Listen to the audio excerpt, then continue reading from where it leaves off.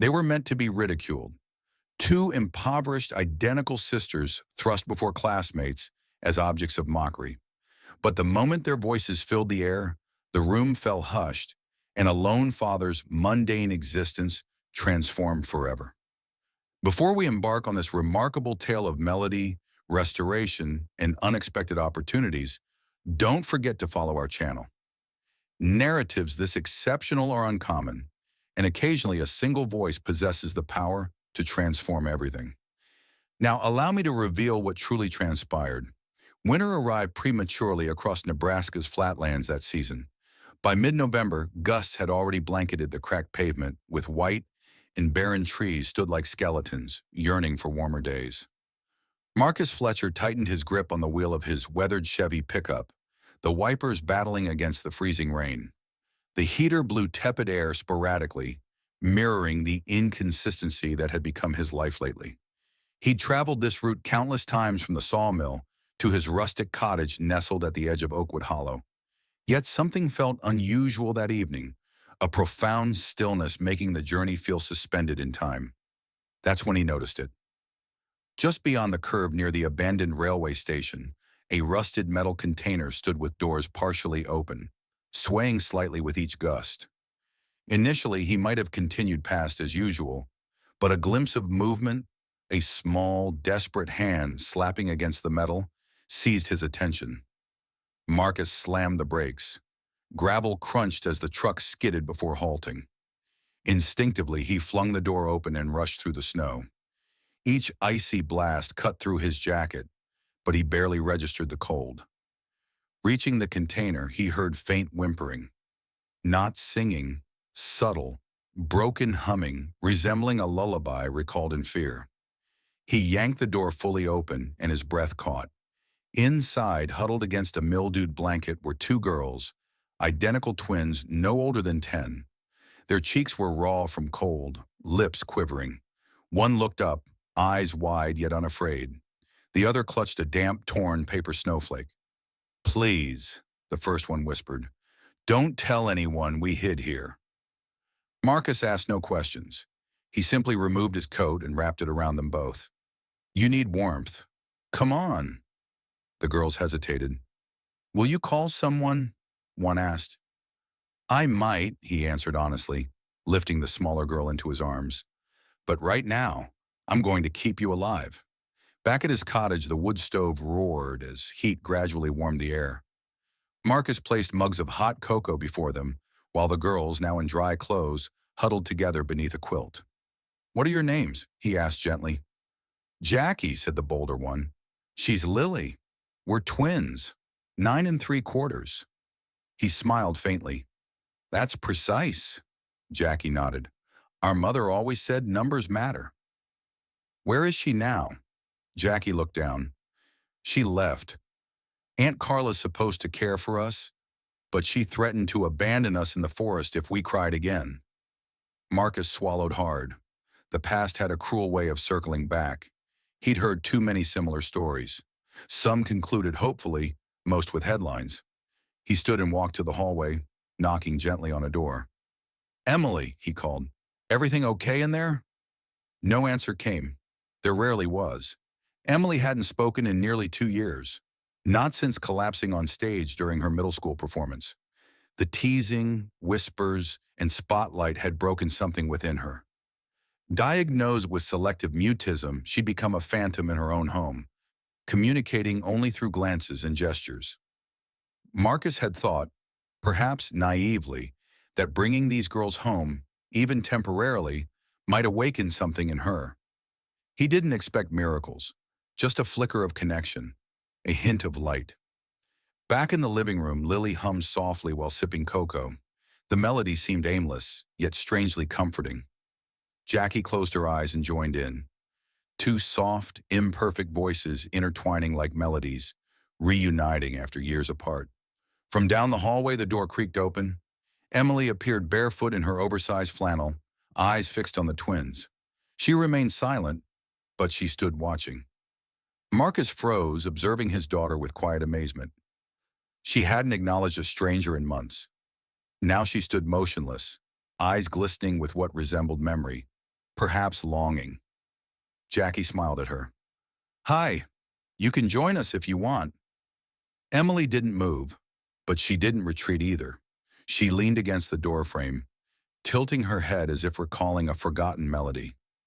That night, after the girls had fallen asleep on the pull-out couch, Marcus sat alone in the kitchen with an untouched coffee. The air carried scents of aged pine and cinnamon toast. He stared at the wooden box on the shelf across from him, a recording device with built-in microphone, the kind songwriters once used.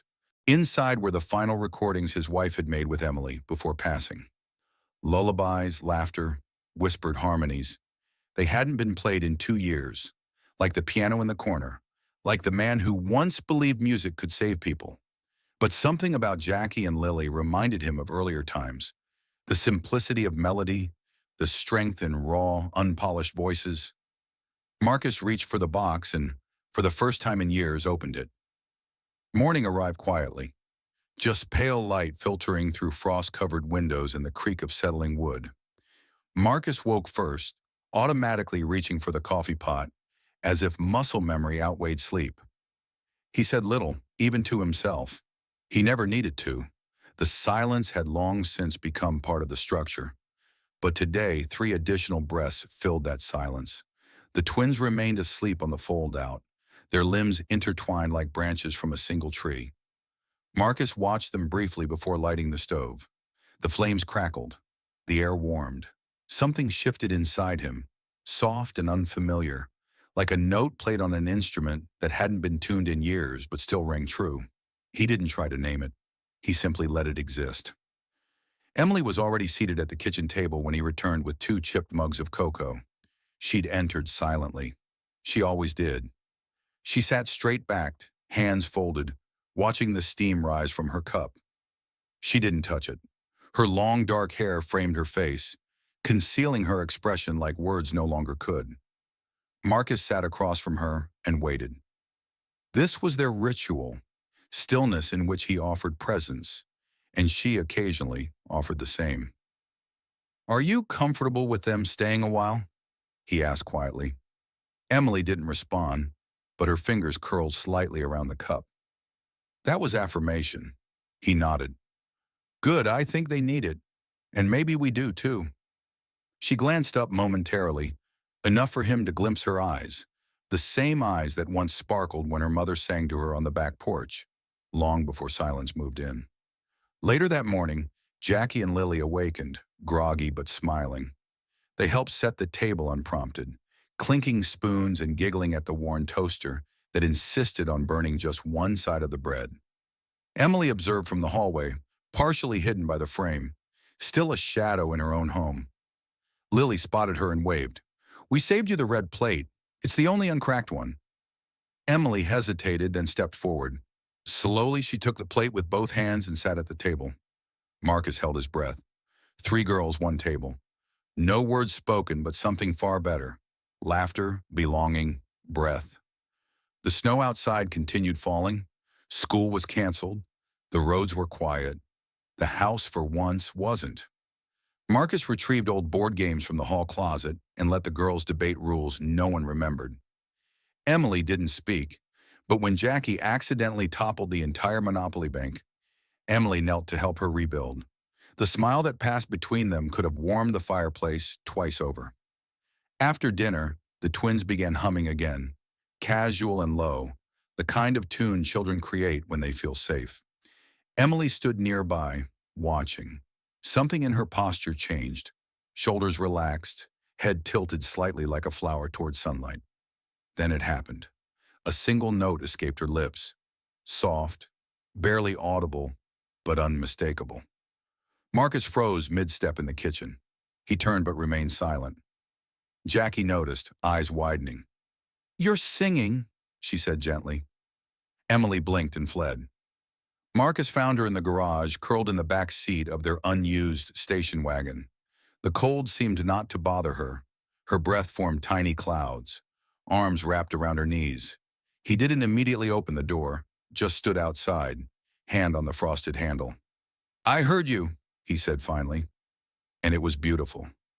Silence. "You don't need to fear your own voice, Emily. Not here. A pause, then.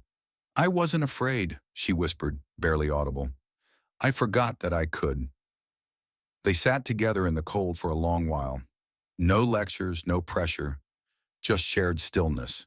The kind that communicates truth without requiring translation. Marcus recalled how he once thought music would save her, some magical melody that would make everything right. But now he understood better. It wasn't music that saved people. It was being heard. That night after the twins were asleep, Marcus brought down the old guitar case from the attic. Dust billowed as he opened it, revealing the worn, honey-colored instrument. He hadn't touched it in over a decade. Emily stood in the doorway, eyes wide. She said nothing but took 2 steps forward. "Remember this?" he asked softly. She nodded. He sat down, tuned the strings slowly, reverently. The wood creaked beneath his fingers, but the sound, once he strummed, was warm and full and alive. "I'm thinking we might try something again," he said. Emily stepped closer. "Not for performance," he added. "Not for anyone else, just for us." She looked down. Then, as if trusting the strings more than her voice, she whispered, "Okay." As the fire dwindled to embers, Marcus played the first chords of an old lullaby, one Emily's mother used to hum when nights grew too long. Emily listened. Then, quiet as snow, she began humming harmony. Jackie and Lily, hearing from the hallway, crept back in. 4 voices, 1 guitar. No one planned it. No one practiced. But in that moment, the silence wasn't broken. It was transformed. There was something sacred about the quiet that followed the music. Not the awkward hush of unspoken things, but a warm golden stillness, as if the house itself held its breath, grateful and amazed at the return of a sound it thought lost forever. Marcus sat motionless, fingers still gently resting on the strings.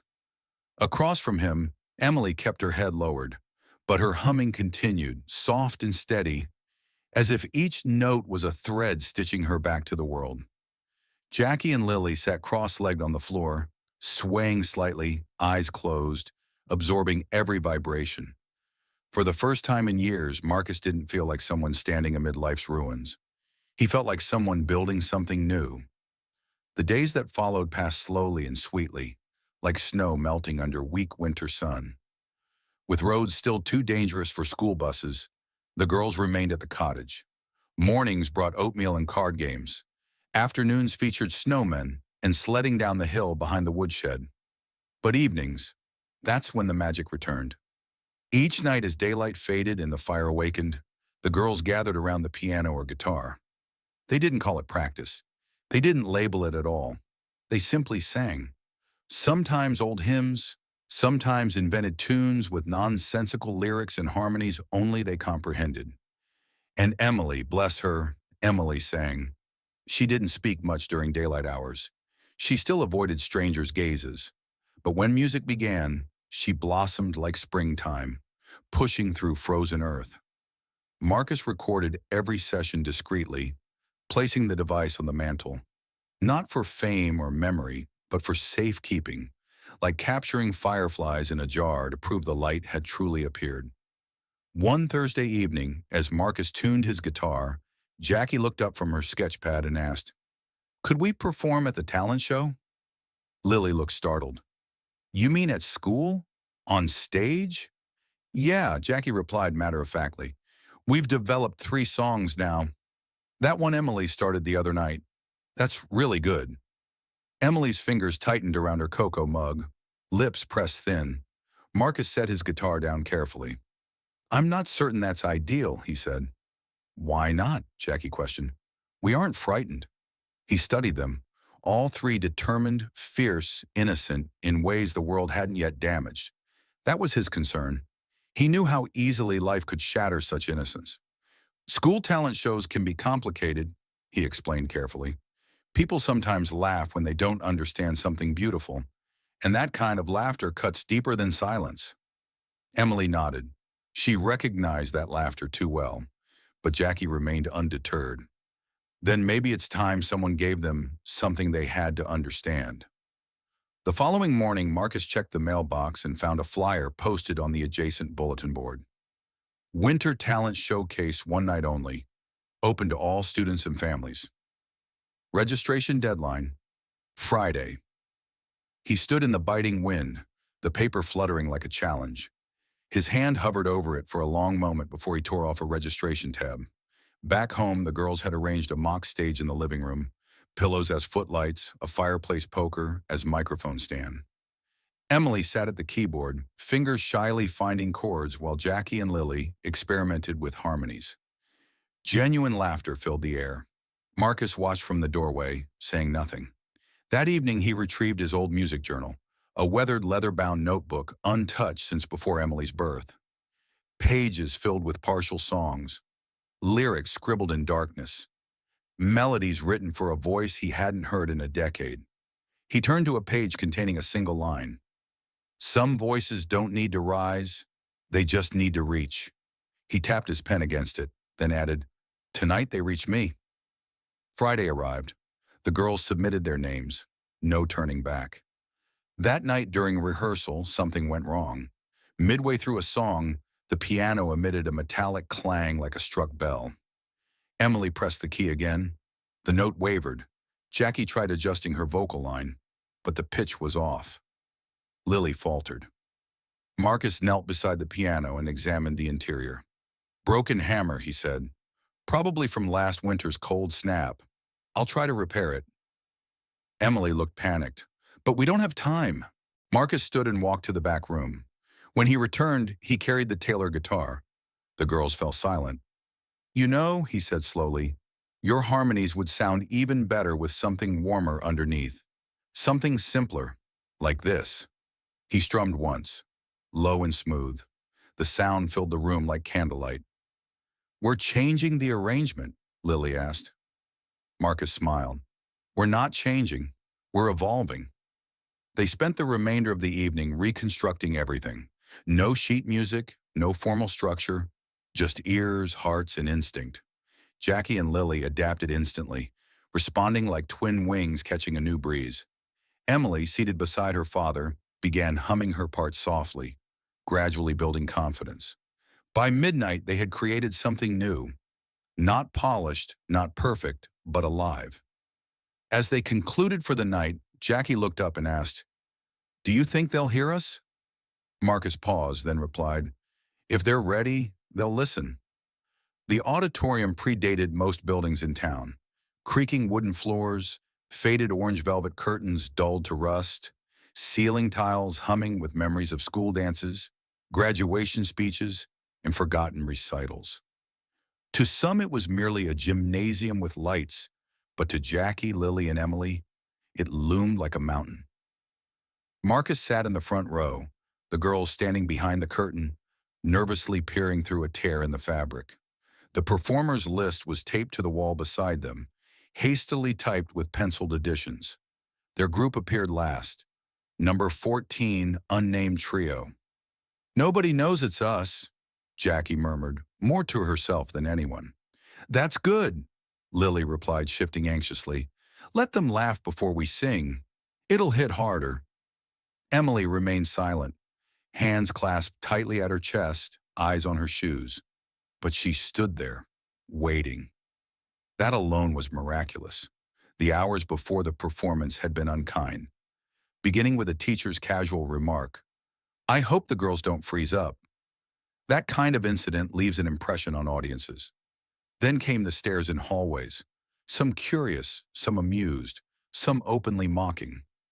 Someone had even scrawled "Twin Freak Show" in marker on a practice room door. Marcus had seen it. He'd taken a breath, erased it, and returned to rehearsal as if nothing happened. But inside, the old anger stirred. The rage he'd buried with every unsent letter to parents who had whispered about his daughter. The same fury that had silenced his guitar for years. That night, during their final home rehearsal, Marcus's fingers slipped on a chord. A sour note rang out. He cursed softly, adjusted the tuning peg. The girls paused. You okay? Jackie asked. I'm fine, Marcus lied. Emily studied him, then gently touched his arm. He turned toward her, surprised. I can start it, she whispered. He blinked. The first note. She nodded. That's when he realized she wasn't merely healing. She was leading. Backstage, the MC announced, "Next up, a special performance from three brave young ladies. Please welcome our surprise trio." Applause, light movement. Time slowed. Marcus stepped onto the stage first, guitar slung low across his chest, wearing his worn flannel shirt and jeans. Not chosen for the occasion. He didn't need polish. He needed presence. Then came Jackie and Lily, holding hands, heads high. Finally, Emily, slight, quiet, but upright like a sapling, refusing to yield to win. Murmurs rippled through the audience. Some recognized them. Others simply stared. The girls moved center stage. Marcus sat to one side, strummed a soft, open chord. Then Emily closed her eyes and sang. It wasn't loud, it wasn't technically flawless, but it was authentic. Her voice trembled like a violin finding its breath, then grew steadier, warmer. Jackie joined on the next line, their voices brushing against each other like feathers. Lily entered last, sliding underneath with a harmony so delicate it felt like memory itself. Marcus watched their voices weave in and out, never competing, only elevating. When he played the bridge, he let the melody breathe. The guitar's tone resembled wind through pines, raw, comforting, resolute. The audience, restless moments earlier, grew still. Some leaned forward, some clasped hands to lips, some wept. The final chorus swelled not with volume but with grace. Emily's voice floated upward. Jackie held the center. Lily whispered the undercurrent. Three voices, one sound. Not polished, but perfect. The last note faded like the hush after snowfall. Then silence. For one suspended moment, that was all that existed. A woman in the second row, grandmother to a soccer team member, rose first. Then a boy in back, then a teacher, then the entire auditorium stood as one. The applause wasn't thunderous. It was reverent. Jackie squeezed Lily's hand until her knuckles whitened. Emily looked out, blinking rapidly. Marcus smiled at them, truly, deeply smiled, then bowed his head over the strings. Later in the hallway, amid congratulatory students and wide-eyed stares, a boy, one who had once laughed when Emily flinched at the bell, approached her. He said nothing initially, then awkwardly offered a wrapped peppermint. "For you," he said. I'm sorry." Emily looked at him, accepted the candy, and nodded. Outside, the wind had intensified, but it wasn't biting. It was brisk, clean, like a breath taken after being underwater too long. Marcus helped the girls into the truck. None spoke much. The radio remained off. The headlights carved tunnels through snow. But in his chest there was music, not a song, a beginning. Back at the cottage, Jackie and Lily fell asleep quickly, curled like commas beneath their blankets. Marcus stood at Emily's door, just watching. She sat cross-legged on her bed, earbuds in, softly replaying their performance recording on Marcus's phone. She looked up, removed one earbud. "Can we record it tomorrow?" he asked. He blinked. "Record what?" Emily tilted her head. "Our album," then smiled. 3 days after the performance, a photo of Jackie, Lily, and Emily on stage appeared in the local newspaper under the headline, "Three Voices, One Moment, Talent Show Brings Unexpected Tears." A small article tucked between church bake sale announcements and pothole repair notices, but it meant everything. Marcus clipped it and pinned it above the kitchen sink. Not from pride, for proof. Proof that something pure had occurred, and for once the world hadn't looked away. The following week brought more attention than anyone anticipated. Elaine Warren, the school's music teacher, someone Marcus had known long ago in another life, visited the cottage, ostensibly delivering a thank you card. Her cheeks flushed from wind, but her eyes warm. "I wanted to ask," she said, handing Marcus a folded flyer, "would the girls consider submitting a performance for the district showcase in Lincoln next month? It's juried, real stage, real audience, real scouts from community art centers." Marcus hesitated. He glanced toward the living room where Jackie and Lily sprawled on the rug doing homework, and Emily quietly doodled in a music notebook's margins. Do they know you're asking? Elaine smiled. Not yet. I thought I'd consult you first. He nodded. I'll ask them. But deep down, anxiety stirred. The previous performance had indeed been miraculous, but also fragile. And this was larger, riskier, more public.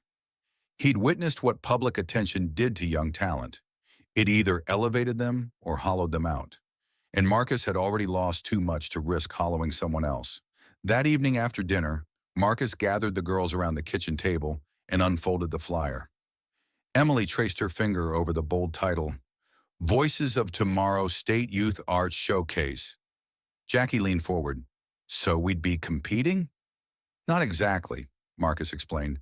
More like being featured, a chance to be seen. By people who can help, Lily asked. By people who can judge, Emily said softly. Everyone turned toward her. Marcus studied his daughter's face. She wasn't fearful, just wary. The scars of silence never truly vanished. They merely changed form. We don't have to, he said gently. What you accomplished last week already exceeded expectations. Emily didn't immediately respond.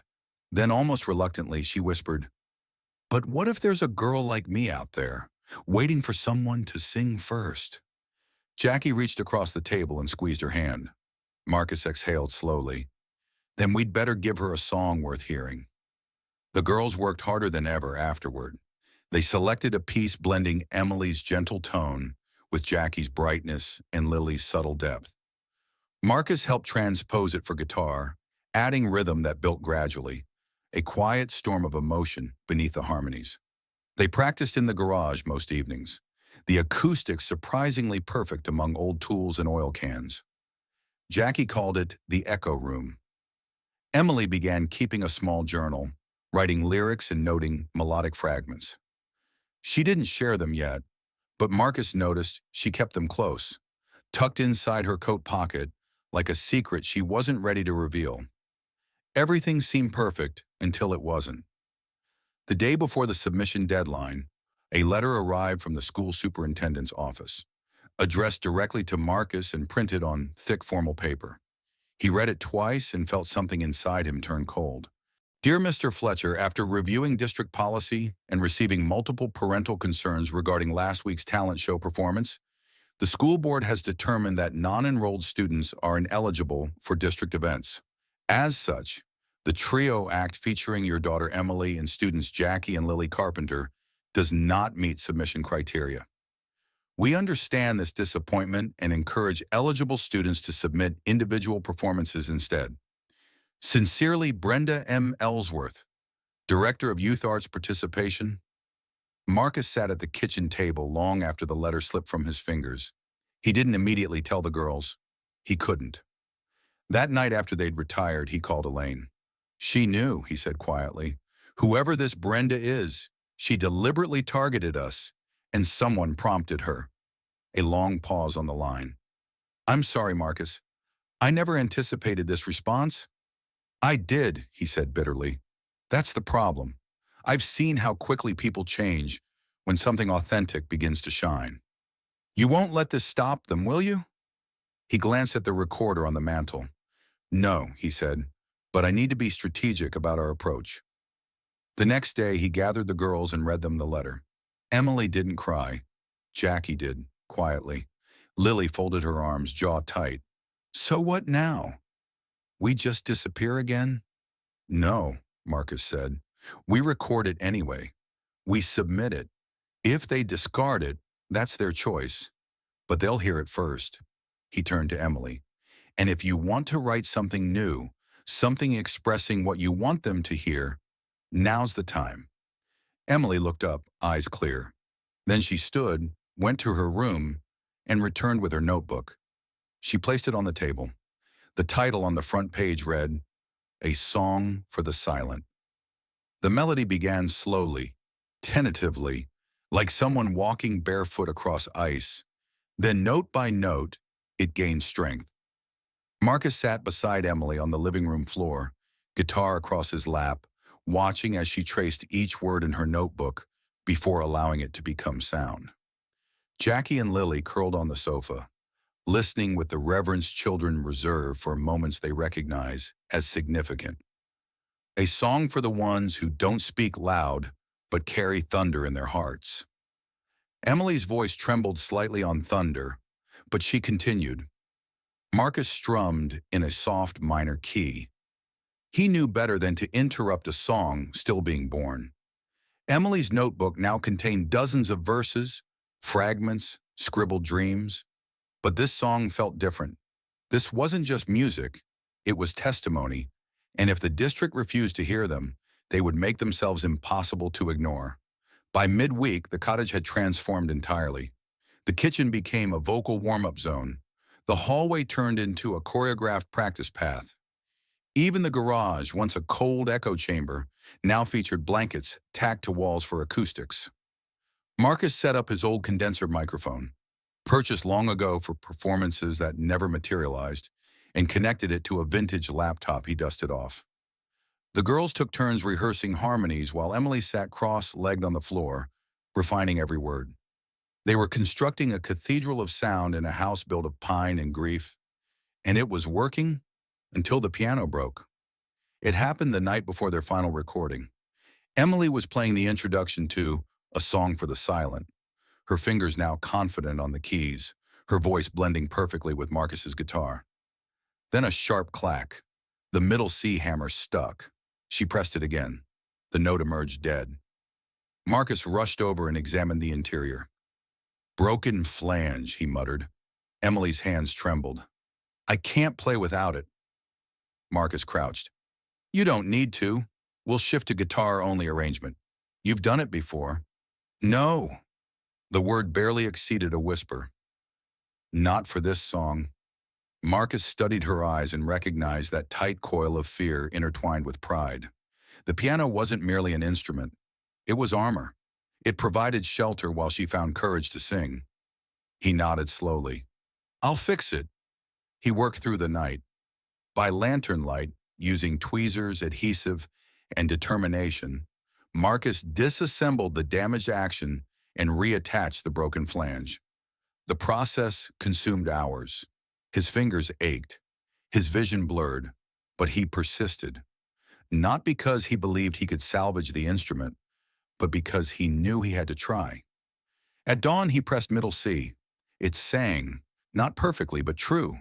By the time the girls awakened, sunlight had spilled gold across the snow. Emily sat at the piano, touched the key, held her breath. It responded as if it remembered her. She looked at her father.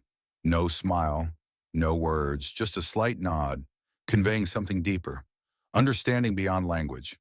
Marcus stepped back, allowing the three girls to find their positions. Emily began the introduction. Jackie and Lily exchanged a glance, then sang, To the girl in the back, who won't raise her hand, to the boy in the hall with silence like sand. Their harmonies were tighter than ever, layered, precise. Then Emily entered the chorus.